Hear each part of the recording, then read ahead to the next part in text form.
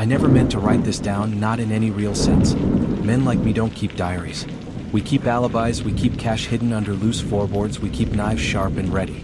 But not words. Words are too dangerous. Words slip. Words betray.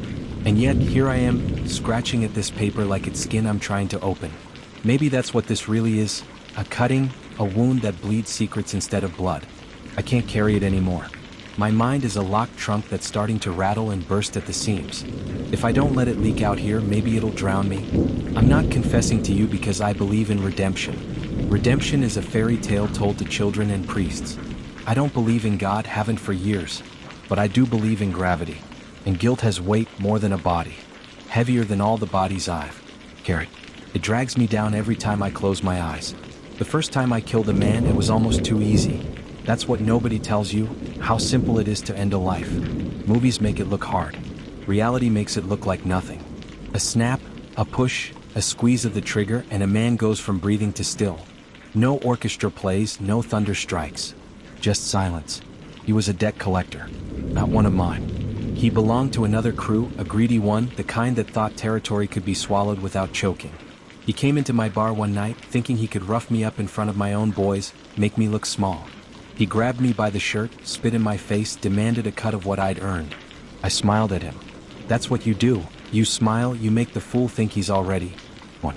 Then, when he turned his head to laugh at something one of his dogs barked, I slipped the knife into his ribs. Quick, smooth, like tucking a child into bed. His eyes went wide, not with pain, but with surprise.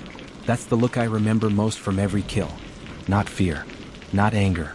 Just surprise, like they can't believe the world would dare erase them. He died against the counter, bleeding into the wood. The bar smelled like iron and cheap whiskey for weeks. Nobody said a word. My boys cleaned it up, dragged his body to the river, let the current finish the story.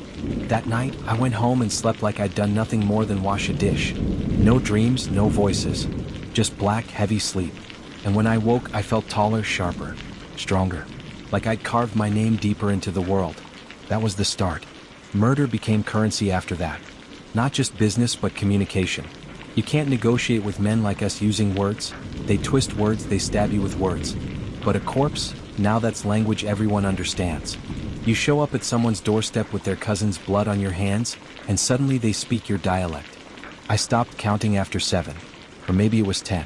Numbers blur when faces stop matching. The truth is, I remember the expressions more than the names.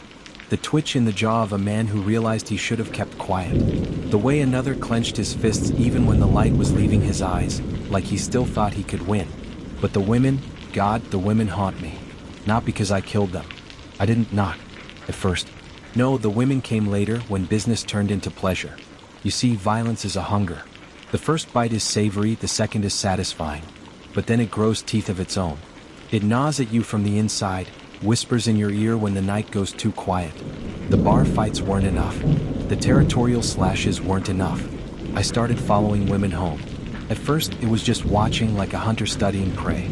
I told myself I wouldn't touch them, wouldn't break that last barrier. But hunger is patient. Hunger waits until your guard drops. The first one was a girl from the docks. She worked in a diner, the kind that never closes, greasy apron, tired eyes. She walked home past midnight, always alone. I told myself I just wanted to scare her, remind myself I could control something. Delicate, something innocent. But control is a lie. The moment I grabbed her wrist, felt her pulse skitter under my thumb, I knew I wasn't letting go. She screamed, but the night swallowed it whole. I dragged her into an alley, slammed her against the bricks. Her tears made her face shine in the dark. I don't need to write the rest.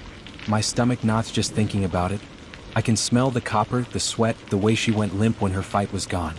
I left her broken there, like trash nobody would miss. And I went home, washed my hands, stared at myself in the mirror. That was the first night I heard the whispers. They weren't words, not exactly. Just the feeling of something leaning close to my ear, breathing against my neck. It wasn't guilt, not then.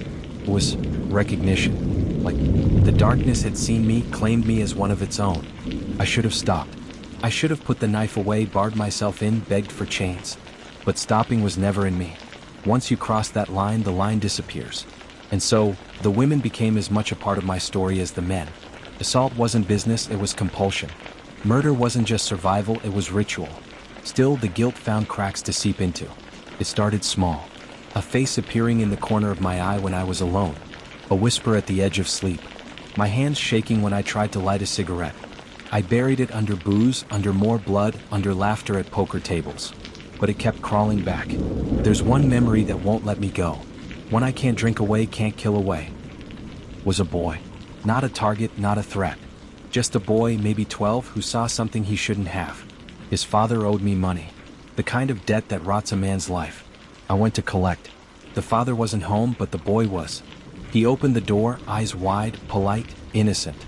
And behind him, on the table, I saw my own money, my own product, cut into little lines his father had been snorting away. Rage blinded me. I grabbed the boy, dragged him inside, slammed the door. I wanted to make an example. That's what I told myself.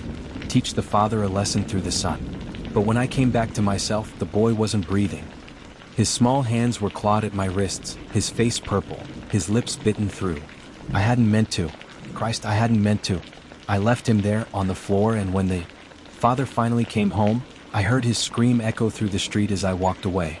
That scream has never left me. Sometimes I wake in the middle of the night, soaked in sweat, convinced it's still ringing in the walls.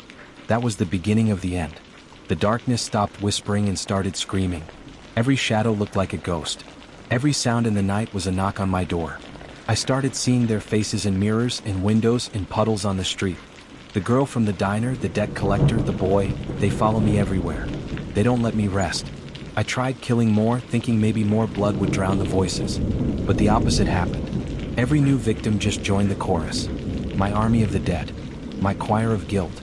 I don't know why I'm writing this. Nobody will read it, I hope. Maybe I want to leave proof.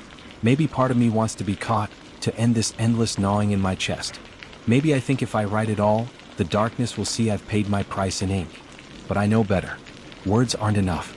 I'm not enough. And I think deep down the darkness is still hungry.